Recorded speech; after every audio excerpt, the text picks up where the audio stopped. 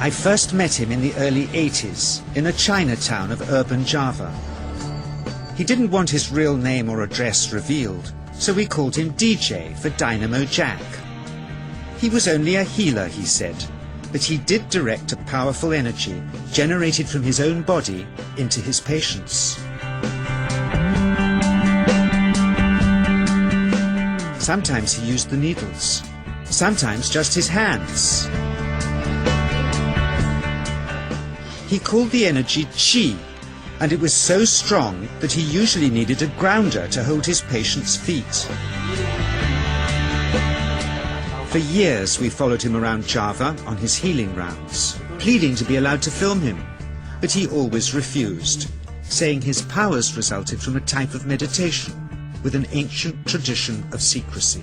It was only when my brother Lorne was suffering from a serious eye infection that he finally allowed us to film him in 1987.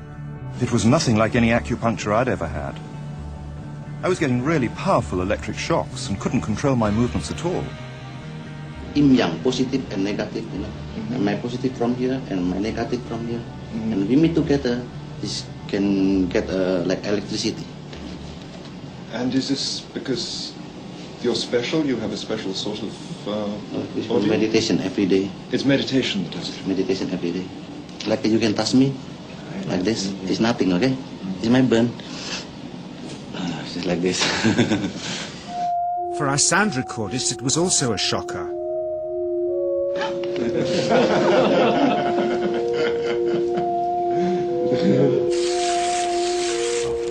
He then took our newspaper outside and showed us how Qi can also be used to set things on fire.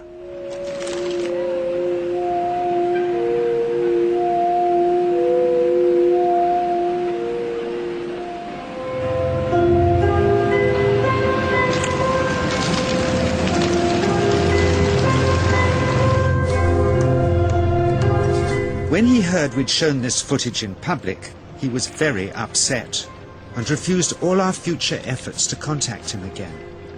As the years passed, we sadly resigned ourselves to never seeing him again. My brother Lorne never did, for by 1997 he was already dead, when I again found myself with DJ, now treating me for an eye problem.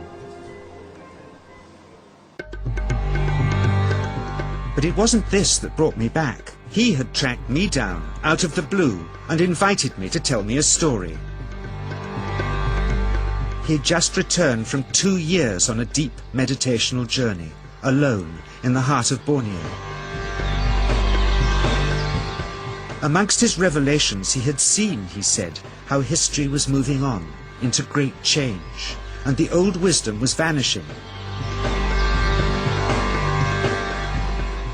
So he'd called me back to film just enough of him to remind us that we all have undreamed of powers sleeping within us, and that there's nothing special about him except for his training in waking them.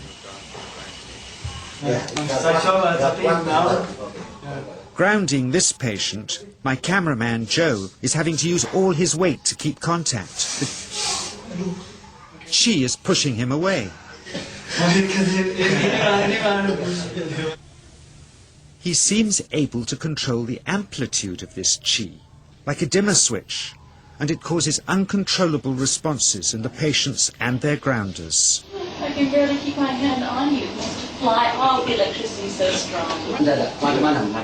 This mother unwittingly grounds her child.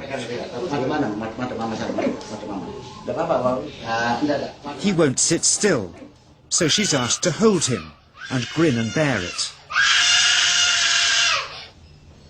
Sometimes signs of this passing energy can be seen in the transmitter too. This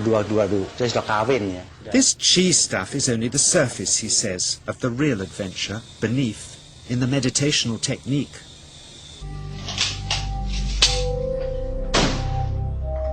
Projecting Qi from the palm of the hand can also be used to resist rifle pellets, he says.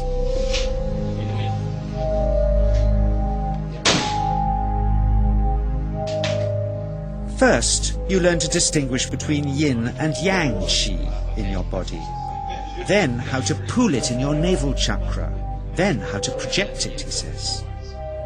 And it's the proportionate mixture between yin and yang which accounts for different effects, like pulling or pushing objects or igniting them. Then he gets really strange. He says that mastering yin qi is the key to the spirit world. There's a long tradition of Indonesian krisis being possessed by spirits. So people bring him their krisis to see if they're duds. Here, he says, he doesn't manipulate matter by projecting mixtures of yin and yang qi. He merely creates a field of yin energy in which, he says, if there's a spirit, it can manifest itself.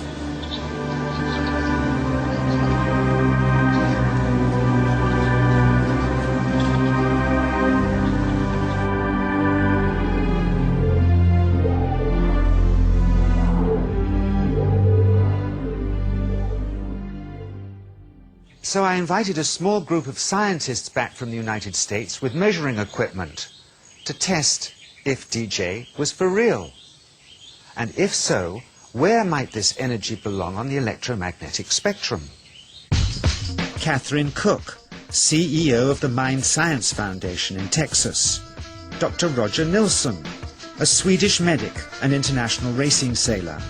Dr. Greg Simpson, a physicist from New York's Albert Einstein University, and Andreas Polak, one of DJ's Australian students.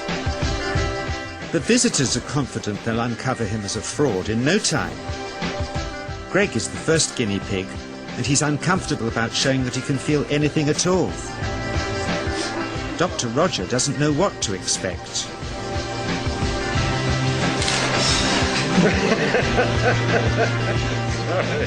Out comes the metal detector, like the things they use in airports, to see if he has any concealed metal in his body.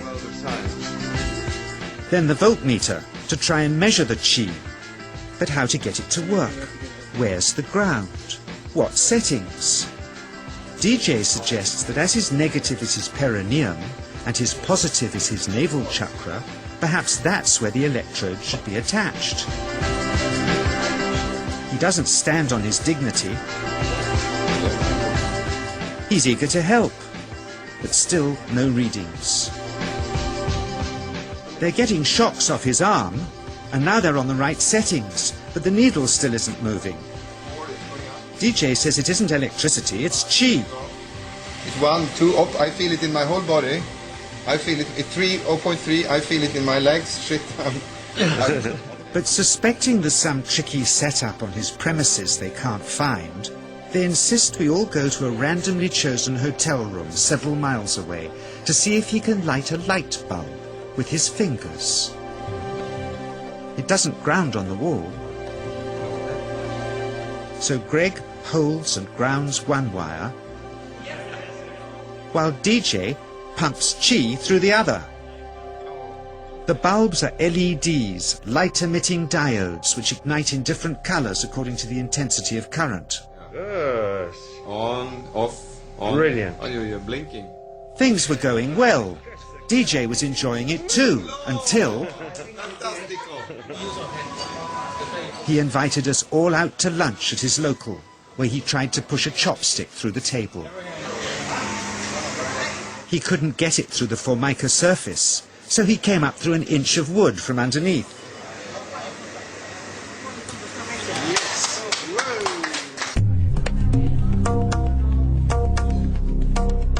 Not only did he draw his own blood, but a chopstick splinter had caught Alison here between the eyes, drawing more.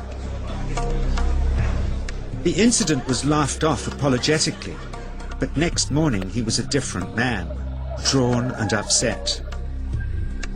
He said he'd been visited all night by his long-dead master, raging that he'd broken the strict taboos of his sect, never to show off in public and never to cause harm or draw blood. He felt deeply chastised. All further testing and filming must end.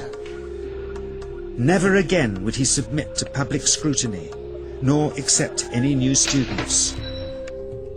He would sink from sight and continue his healing in obscurity, as he had done since before we met him in the early 80s and had always told us was right.